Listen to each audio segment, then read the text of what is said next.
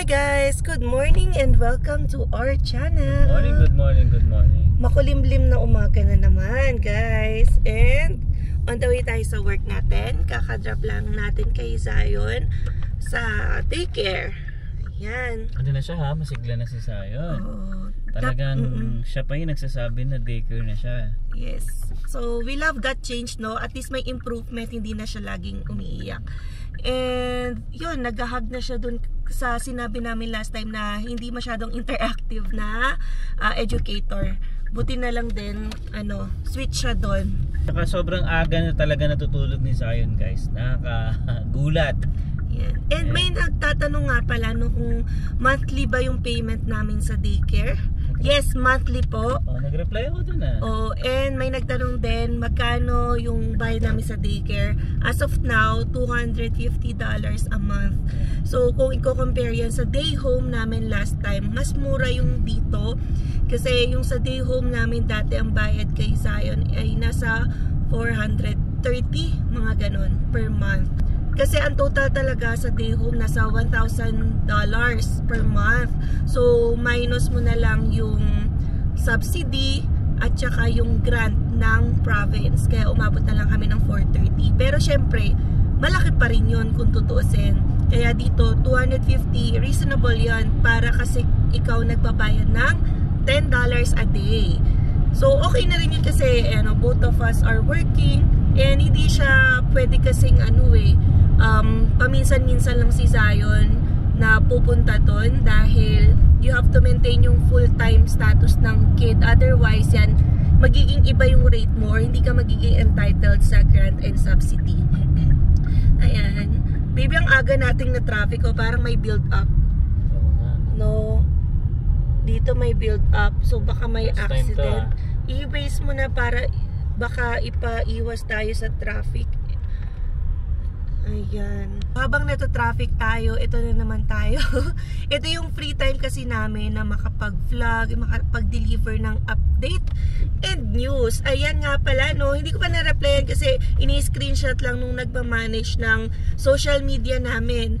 And yun nga, nag-message, I think si Don, yung nakasalubong namin sa Cross Iron, sabi namin, nakasama namin nag-worry kasi sila, since May pa, nakapending yung kanilang PGWP application. Kaya sabi namin, nangangamba na, wala pa rin, ilang months na, 'di ba? Pero grabe, congratulations, nag-message sila kagabi. Nice. Na na-approve na yung PGWP nila and that's good for 3 years. With 5 years na tourist, ang usually kasing kasama kapag na-aaprubahan ka ng PGWP ay yung ETA, yung Electronic Travel Authorization. So this will entitle you to also visit, go back to Canada under a tourist status. So electronic siya, hindi ka na magbabayad ng, I think nasa $7 to kung may expired Canadian visa, apply mo lang yan. Meron din kaming vlog about it, kung ano yung mga steps para makakuha ka ng ETA. So nabanggit mo baby, 3 years plus 5 years na visa? Simultaneous yun. Pwede ka ring mag tour dito sa Canada under ETA. Pero kung meron ka naman ng visa, yun na lang din gamitin mo. So ina-add lang nila yun as like siguro bonus. Yan nung din ako, nung nag-apply ako ng co-op, meron ding sinamang ETA sa akin. So parang siguro default na yon, aside sa work permit na ibinibigay nila or ini-issue, sinasamahan na nila ng ETA. Nice. Yes. Congrats again kay Mark at kay Don. Yes, congrats. Sana next na kami kasi May sila nag-apply kami naman June. So siguro unti-unti na kami next month. Chinek ko yung sa amin kagabi kasi sabi niya pala wala yatang email or message siyang nakakuha. Pumunta lang siya sa GCK and doon niya na nakita na approve na pala sila. So iniisip ko, baka nung nasa Cross Iron pala, baka approve na sila, diba? So dapat din make it a habit kung kayo yung nag-apply ay i-check nyo rin yung GCK nyo kasi nga may ganitong instances na hindi na sila nag-i-email or nagpapadala ng kung anong message na merong palang letter na sa inyo sa GCK. So kami, sinilip ko kagabi, wala pa naman. So antay-antay pa tayo. Baka next month pa tayo kasi sana. May sila ng last June tayo. So ang daming backlogs na lang. Hindi lang lang kami yung delay, parang ang dami pang previous months sa amin na hindi pa rin na-actionan and na-aaprubahan. Yan. So anyway, ayan o, na tayo isa-isa na mga plans B, plan C. So nabanggit namin recently yung plan C, French pathway. So pwede nyong i-consider yun ha, yung pagsasabi naman namin ng mga plans sa vlog namin, hindi particular order yon. Kung ano din yung ma-release na news about it, and then kung ano yung maaral namin, syempre para mas mai-deliver namin ng mas tama ang information sa inyo, yun yung ilalagay natin as plan or option. So marami pa tayong pwedeng ma-share sa inyo, so isa-isahin lang natin, 'di ba? Para at least sa mga nag-iisip kung paano magstay dito or mapahaba yung inyong permit or visa, ayan, mabigyan namin kayo ng mga alternatibong pathways. Yan na pabasa at naaaral namin. Pero ito guys, today ha, merong issue na naman na panibago sa mga international students. International na naman ha? Yan, parang hindi ko, ang hirap sabihin, no? Kasi parang ginagawa nila itong pathway, yan, para ma-extend ang kanilang stay at maging permanent resident dito sa Canada, which is backdoor entry daw ang sinasabi and a loophole. So ano ba yung sinasabi dito? So guys, kung nagbabasa kayo ng mga balita, ito na naman, may bagong balita na kinabibilangan na naman ng mga international students. But yan ha, please be na lang din mindful na hindi naman ito ang generalization or hindi nila nire-represent lahat ng international students dito sa Canada. Ibig sabihin, may mga bilang ng international students na gumagawa nito. At ano ba yung ginagawa nila? Guys, ito, napapabalita na. So, nearly 13,000 na international students ang nakapag-apply ng asylum this year. So, ano ba yung asylum? So, this is somehow claiming that you are under a refugee status dito sa Canada. So, based yan sa data ng IRCC. So, dumadami na, 13,000 na. Kasi ito yung binigay nilang figures. Between January 1 and August 31, a total of 119,000 yung refugee claims. So guys, ang daming refugees din talaga na dumadating dito yearly or monthly sa Canada. So galing sa iba't ibang panig ng mundo, yung mga nakaka-experience ng war, violence, persecution. So dito sila nagsisik ng refuge or security. And under Canada laws, they are obligated, and moral obligation yun, na tanggapin yung mga refugees. Kasi nga syempre, humanitarian act mo na yun na kapag may nangangailangan na mga tao, diba, ng security and in danger sila sa ibang bansa, yan, tatanggapin yan ng Canada as long as you have proof na yun nga, nanganganib ang iyong buhay sa ibang bansa. Like, I think, yun nga, ang dami natin dito galing sa Ukraine, Lebanon, o kung saan-saan pang mga bansa na nakaka-experience ng war and ongoing conflict. Pero guys, ito nakakalungkot.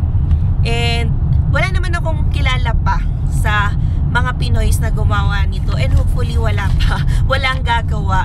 Kasi daw, out of 119,000 nga na refugee claims, about 13,000 doon nakitang under sila ng study permit or study permit extension. Guys, no? So, yung understudy permit, 11,600. Yung understudy permit extension, 1,300. So, sabi nga pala sa data, no? Kasi ngayon, 13,000 yung nag-a-apply na galing sa may mga study permit. Dati naman, noong 2018, 1,500 lang. Pero yun, di ba? Kung tutuusin, parang 600% increase. So, sobrang hindi lang dumoble, trumiple, 6 times increase yung bilang ng nagkiklaim ng asylum dito sa Canada, but yung background mo ay under study permit. So highest na number ay nung last month lang, August, which is 1,785 yung nag-claim. So parang katumbas na niya yung buong taon na 2018. So dahil nga sa ganitong pangyayari, inaayos na naman ni Immigration Minister Mark Miller ang parang nakikitang loophole. Kasi parang ginagawang backdoor entry ito ng mga international students na hindi ma-PR. Magki-claim sila ng refugee status or asylum, and magki-claim sila ng yun syempre yung mga grounds for refugee status ng persecution sa kanilang bansa, like torture, violence, war, mga conflicts.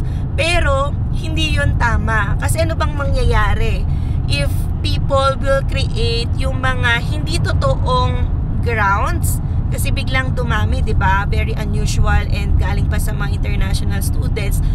Kawawa naman yung mga totoong tao na nangangailangan ng refugee status. Parang pupunta ka lang sa hospital. So may ubo ka or whatever, pero gusto mong mauna.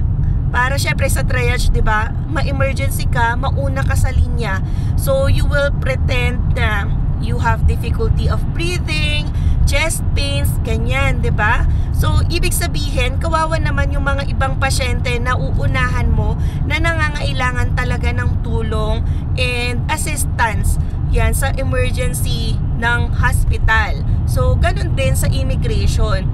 Ang ayaw na mangyari ni Immigration Minister Mark Miller ay syempre ma-overshadow na ng sobrang daming applicants, and hindi na nila matugunan yung mga totoong nangangailangan ng refugee status or protection from Canada. Kaya ito aayusin nila, no, kasi naaalarma sila. So there is growing alarm dito sa mga international students na nagki-claim ng refugee status. So hindi namin sasabihing plan Dhan, guys, kasi I don't recommend na gawin yung option yan para lang ma-extend yung stay nyo dito or maging PR kayo. So this asylum or refugee status ay open lang, guys. Kung nakaka-face kayo ng persecution sa inyong bansa, sasabihin nyo hindi kayo pwedeng bumalik sa, for example, 'di ba, Philippines, otherwise matotorture kayo, you'll face war and conflict. Pero 'di ba, sa atin naman hindi tayo katulad ng Ukraine, Lebanon, Pakistan, kung saan may sobrang violence and kaguluhan talaga. So doon lang tayo, guys, sa tama, ha, kasi ito na naman with this headline, ayan na naman gumagawa ng mga panibagong headline itong 13,000 international students na nag-apply for asylum. So sabi nga natin, 'di ba, lalaban tayo hangga't patas, pero this one I don't think this is patas.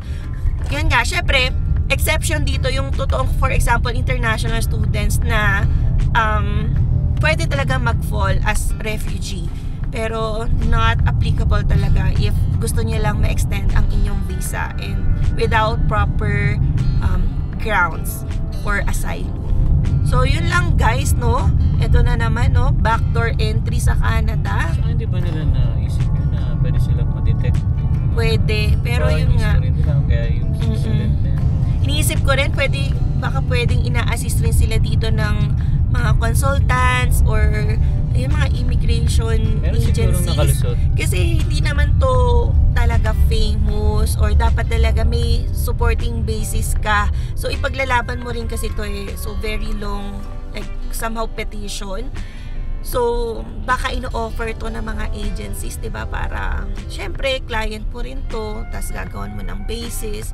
So hindi yun maganda kasi na-overshadow yung mga totoong tao na nangangailangan ng refugee status.